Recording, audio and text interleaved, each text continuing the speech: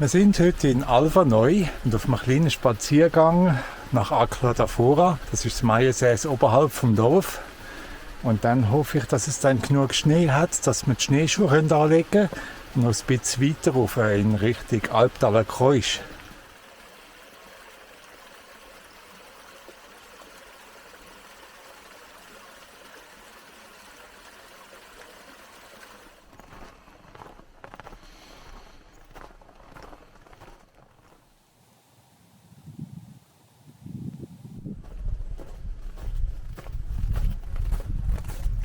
So, wir kommen jetzt langsam in Richtung Acqua d'Afora.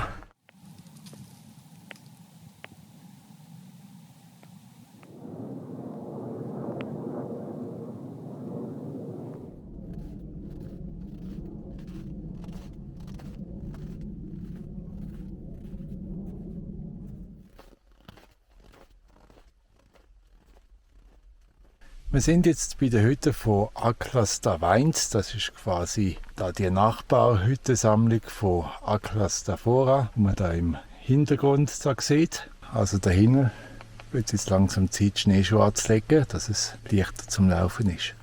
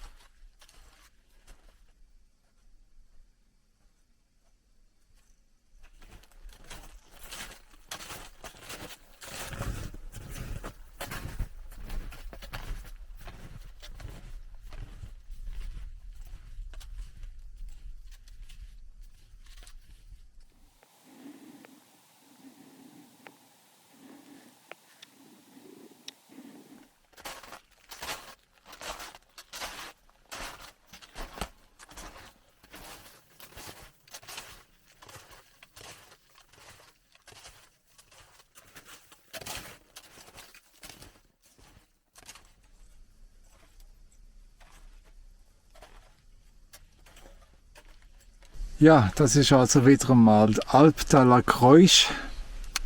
Anstrengend, jedes Mal. Egal, ob man mit den Schneeschuhen oder mit dem Mountainbike oder zu Fuß raufgeht. Aber es lohnt sich. Es lohnt sich definitiv. Super Aussicht. Bald ist Sonnenuntergang. Gewaltig das Panorama. Überall rund um einen herum. Keine Leute. Absolute Ruhe.